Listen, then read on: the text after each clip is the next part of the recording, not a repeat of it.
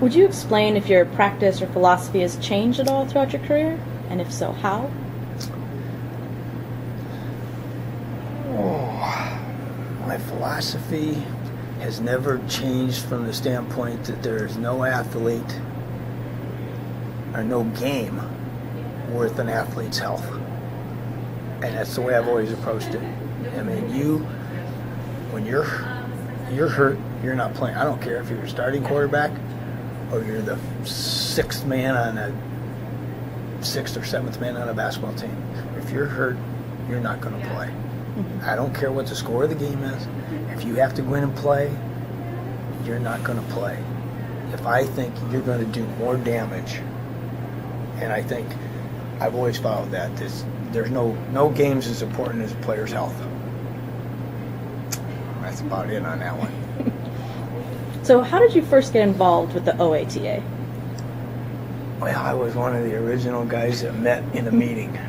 I don't remember where it was. Some of those old timers in there can tell you. Do you remember when it was?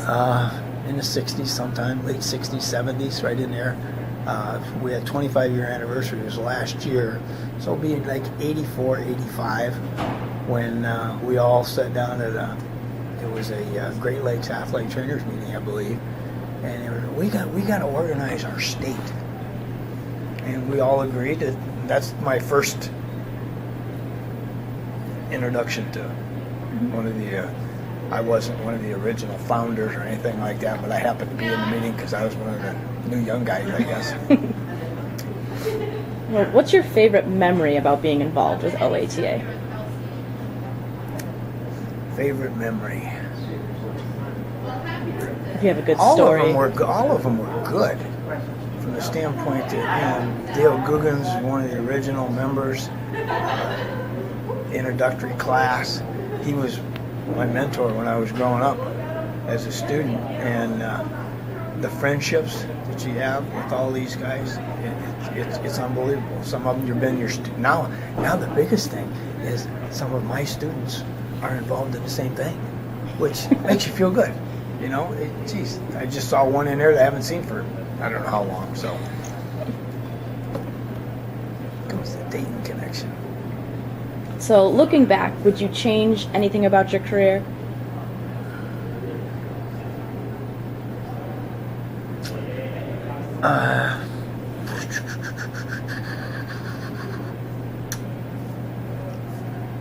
No, probably not.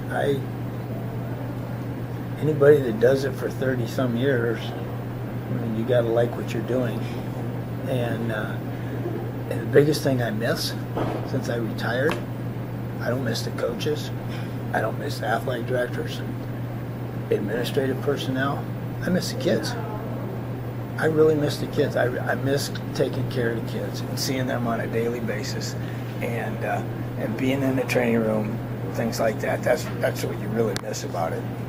I don't miss practices, but I miss the games.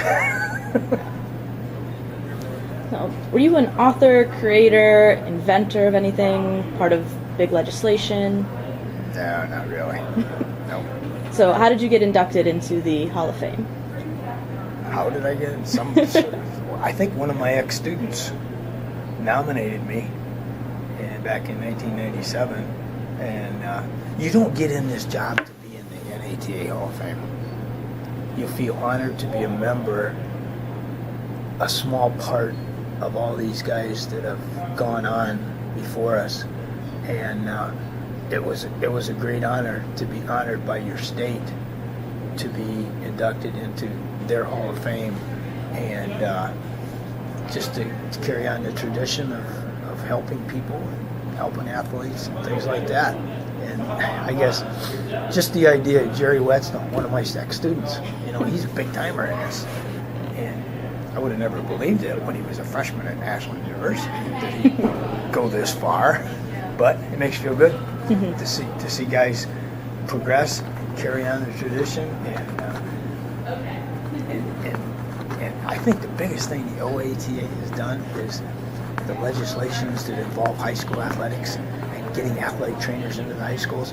When I first started, a high school would come for tournaments at Bowling Green, and we were doing all the work, the staff trainers. Now, everybody's got their own trainer. And it's really great because I get to meet them when they come in for high school basketball tournaments. I get to talk to them because I'm a liaison between trainers, doctors at the high school games. And it's part of my duties since I retired. Stand around and be the host. You guys need anything?